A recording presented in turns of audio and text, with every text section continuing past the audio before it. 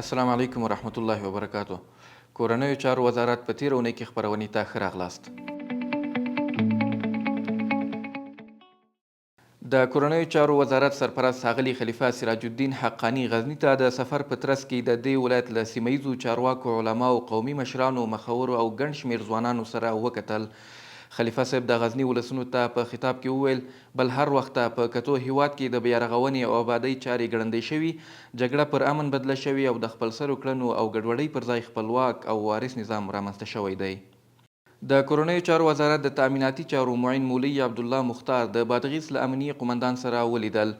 په یاده لیدنه کې چې د کورنیو چارو وزارت په مقام کې ترسره شوه، د بادغیس امنیه قمندان الحاج ملا عبدالستار صابر د خپل ولایت د تأمیناتي چارو راپور له ښاغلي مختار سره شریک کړ. د کورنیو چارو وزارت نشه یي توکو سره د مبارزې مرستیال لوی پاسوال ملا عبدالحق اخوند همکار په افغانستان کې د جاپان هیواد د سفارت له استازولۍ شارج دافیر تکویا تانیموتو، د اقتصادي همکاریو سلاکارې میرمن کناکا هیروهیکا او د یو ان او ډي سي دفتر رئیسې میرمن خانم انوباسود سره په خپل کاري دفتر کې وکتل. د پولیسو ملي او تخصصي روغتون کې ښځینه ناروغانو لپاره څانګه ځانګړي او په اساسي ډول ورغول شوه. همداراز په دغه روغتون کې د کورنیو چارو وزارت د تأمیناتي چارو مرستیال په سپارښتنه د حفظ او مراقبت څانګې له لوري د سي ټي سکن ماشین نصب او د ځانګړو مراسمو په ترڅ کې پرانیستل شو.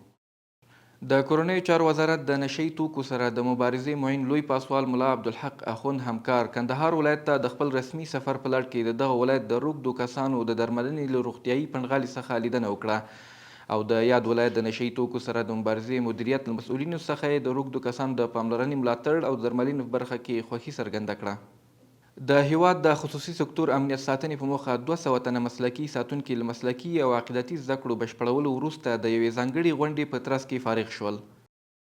د کورنیو چارو وزارت نشه یي توکو سره د مبارزې معین لوی پاسوال ملا عبدالحق اخوند همکار د افغانستان اسلامي امارت د اقتصادي چارو کمیسیون د مصوبې پر بنسټ د اړوندو ادارو له استازو سره په رسمي سفر د فراه په ابونصر فراهي بندر کې د بې کیفیته تیلو، ګازو او په صفري نقطه کې د ولاړو ټانکرونو څخه لیدنه وکړه.